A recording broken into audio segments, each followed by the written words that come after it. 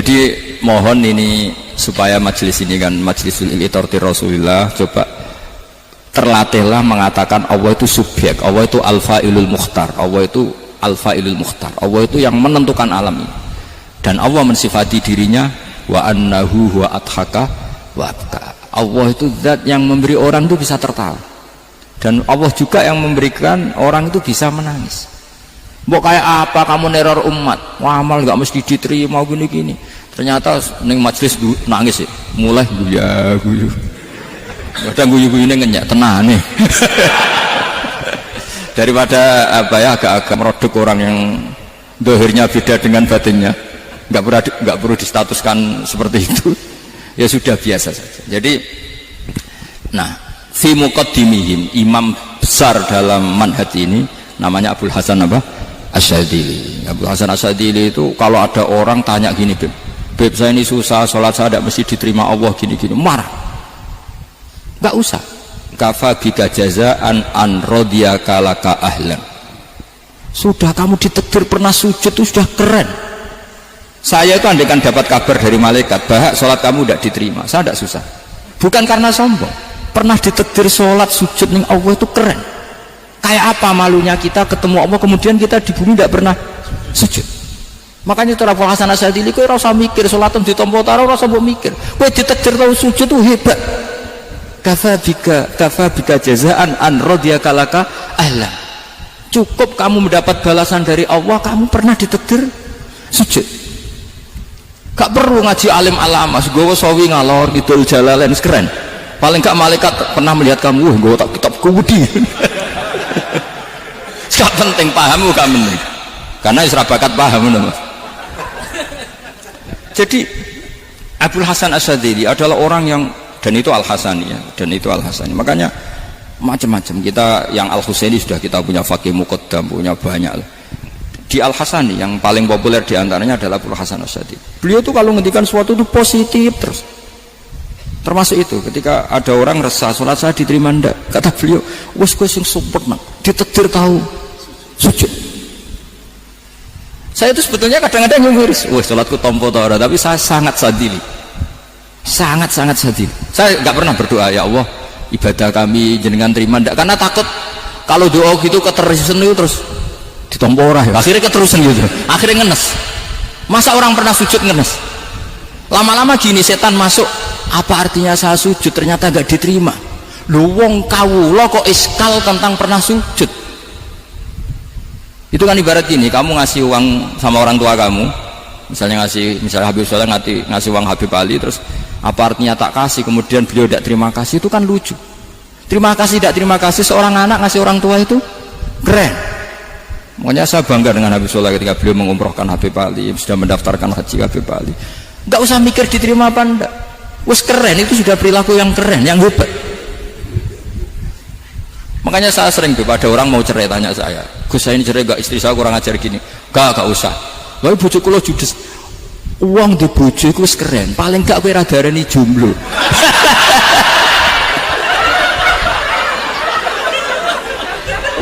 Diarani judul ora enak. Wes luwe sabar di diarani dudo mek diarani bojo judes. Enak bojo judes cek gagah. Di bojo lah. Oh iya. Provokator itu. Jadi kafabika jazaan an radiyaka laka ahlan, sudah ditakdir pernah sujud itu sudah keren. Dulu ulama ala hadan nampak, ulama dulu cara berpikir seperti itu. Makanya ulama dulu kalau nafsiri wasjud waqtarib sudah pernah sujud.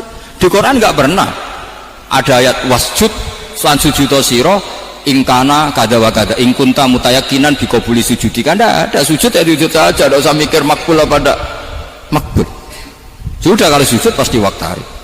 Terus saya sebenarnya ya sebagai orang ya kadang wedi, sholatku ditompo ta ora. Tapi kalau keterusan nanti ada was-was yang mengatakan opo artine sholat. Lu tuh kan ngeri seorang hamba sing uripe ning bumine Allah kemudian menyoal pernah sholat hanya karena takut gak diterima.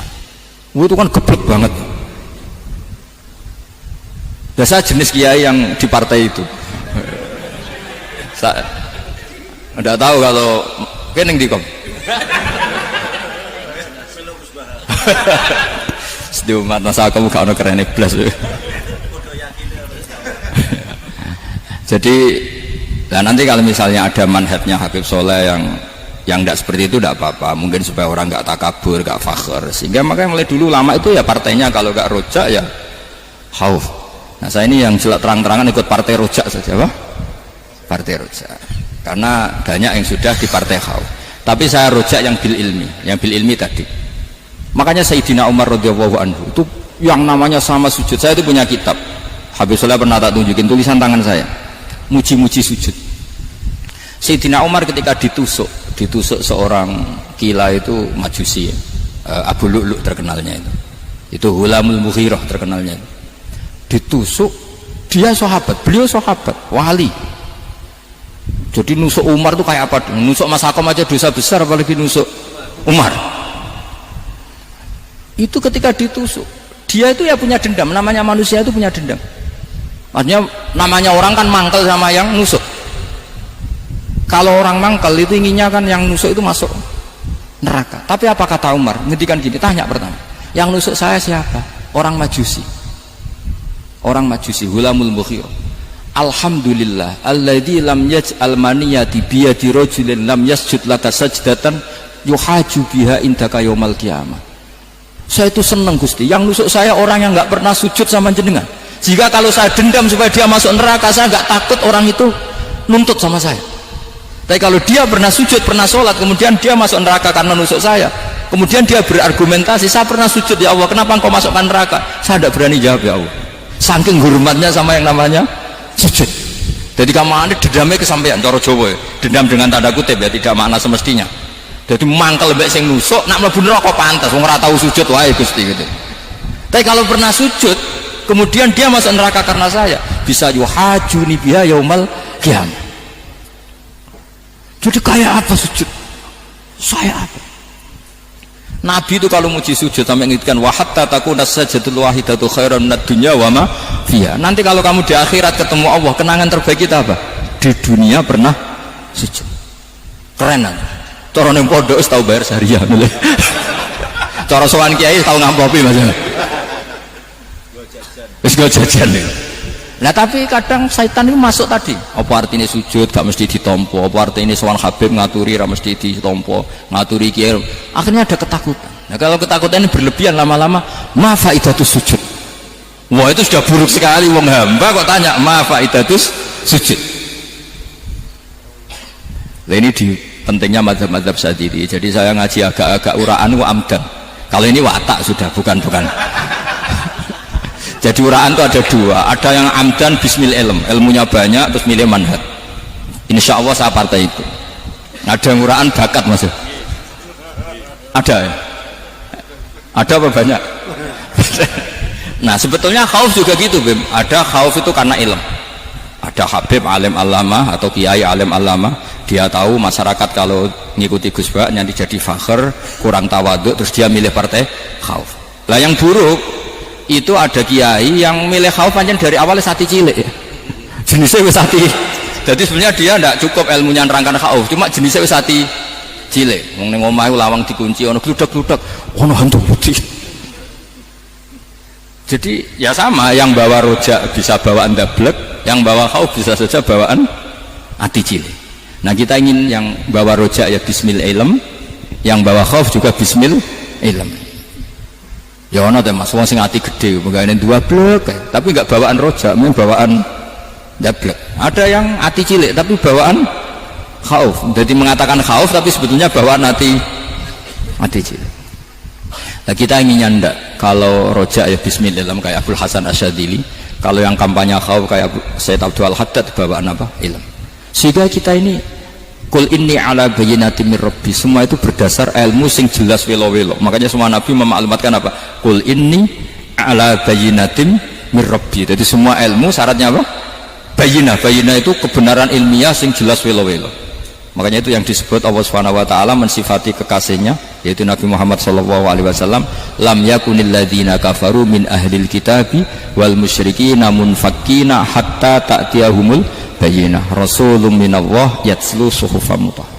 Niku Kanjeng Nabi saking cerdase meneh tek wong Islam Wong musyrik, wong kafir ngerti logika yang dibangun Nabi saja kuat infikak dari kemusyrikannya, makanya disebut munfakin. Orang-orang musyrik, orang-orang kafir tidak munfakin, tidak tercerabut dari akar akidahnya hatta ta'tiyahumul bayyinah. Itu siapa? Rasulun minallah yatlu suhufan mutahhar. Masyhur itu debatnya Nabi dengan orang-orang musyrik. Mereka bilang, ya Muhammad, kita ini urusannya banyak, kasusnya banyak, lalu anda mengajarkan ke Tuhan satu, masa urusan banyak cukup Tuhan satu? Itu enggak fair Muhammad. Aja'alal alihata ilahu wahida inna hadza la syai'un ujab. Urusan kita banyak, masyakil kita banyak, muskilah kita banyak, kalau Tuhannya satu enggak cukup Muhammad. Nabi dengan santainya memberi penjelasan, ya sudah gini saja, kalau kamu jadi budak atau pembantu, majikan kamu banyak, semuanya merintahkan kamu, semuanya bikin aturan untuk kamu suka enggak? Ya enggak suka Muhammad, kalau majikan kita banyak repot. Ya sudah, Tuhan kamu itu majikan kamu, kalau banyak perintahnya beda-beda kamu pusing. Ya udah mat, Tuhannya satu aja mat. Karena Nabi bayyinah, orang itu bisa dibalik-balik pikirannya. Dan makanya disebut daraballahu mathalan rajulan fihi syuraka'u mutasyakisuna wa rajulan salamal lirajul hal yastawiyani masalah alhamdulillah. Jadi Nabi itu kalau adu argumentasi itu luar biasa. Jadi segampang itu Nabi memberi apa? Argumentasi. Karena beliau adalah al-hujjatul balighah. Jadi Nabi itu gak pernah kalah.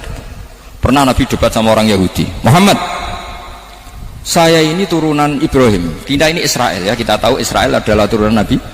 Israel nama lain dari Yakub, Yakub bin Ishak bin Ibrahim.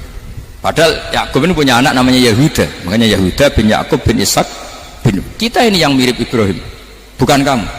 Tapi orang Yahudi itu nggak hafal nasabnya, sehingga mereka bilang kita ini saking baiknya Ibrahim saja pengikut kita. Terus digojlok oleh Nabi, Ibrahim itu buyute Yahuda, makanya digojlok, ha antum haula'i hajatum fi ma lakum bi ilm falimatu hajuna fi ma laysa lakum bi ilm. Kita adu debat itu sudah ilmiah, kenapa kamu menjadi tidak ilmiah? Kenapa Muhammad? Terus Allah menurunkan wa ma unzilatit taurat wal injilu illa min ba'di afala ta'qilun. Artinya gini, kalau Ibrahim dikatakan Ibrahim Yahudiyah, itu sama dengan saya berkali-kali podo karo sampean misalnya ngendikan Mbah Zubair itu pengagumnya Gus Roji misalnya. Padahal Gus Roji bin Ubab bin Maimun bin Zubair, misalnya Gus Roji bin Kiai Haji Ubab bin Kiai Haji Maimun bin Kiai Haji Zubair. Nah Ibrahim itu kan Yahuda bin Yakub bin Ishak bin Ibrahim. Terus mereka bilang Ibrahim itu pengikut Yahudi.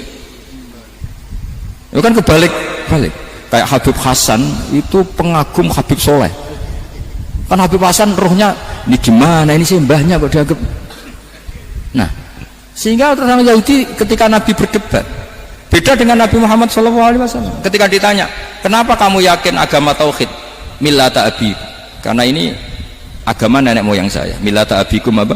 Ibrahim. Jadi jelas hanya orang Yahudi ngerti. Ya kan sama dengan mengatakan tadi Pak Karno itu pengagum Puan Maharani, kan aneh nggak kalimat itu? Mbah Hasyim Asy'ari itu pengagum Gus Dur, gak lucu itu debat. Jadi Nabi itu orang yang bayyinah itu kalau menerangkan kebenaran itu bahkan orang kafir pun bisa infikak, bisa munfakin, tercerabut dari akar kekafiran. Nabi itu mudah sekali merubah logika. Makanya di Quran sering ada kata aro'aitum, karena memang tadi. Nah saya mohon apapun pilihan anda rojak kayak Abdul Hasan Asy'adili tadi, ketika orang resah sujudnya diterima apa enggak, sholatnya diterima apa enggak, beliau bisa berargumentasi betapa pentingnya sujud. Wes aja kowe iku kawula, tahu sujud iku keren. Sampeyan bayangkan betapa malunya kita kalau kita ketemu Allah kemudian di dunia enggak pernah. Lho paribasane kula mlebu swarga lah isin. Mlebu swarga tapi ning dunya ora tahu isin. Sama seperti kowe di guru saurip-uripmu ora tahu salam templek isin. Kira-kira seperti meskipun salam templek ora penting. Ya ora penting to, misalnya soleh salam templek 50.000 duwe wis akeh ngono. Nah masakom penting kudu rokok. Itu bukan nilainya kok, betapa malunya kita. Saya dulu mau sarang, andai kan tidak pernah khidmah sama you, malu tenan sebagai apa? Santri. Makanya Sayyidina Umar ketika beliau dibunuh orang, itu pertanyaan pertama, dia pernah sujud enggak? Enggak pernah. Andai kan dia pernah sujud, maka saya tidak berani masukkan dia masuk neraka. Takutnya dia protes sama Allah, ya Allah saya pernah sujud, kenapa harus di neraka?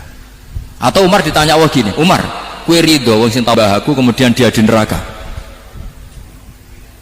kayak apa ya? Jadi makanya Umar ketika wafat ketika alhamdulillah alladzi lam yaj'al maniyati biyadi rajulin lam yasjud laka sajda.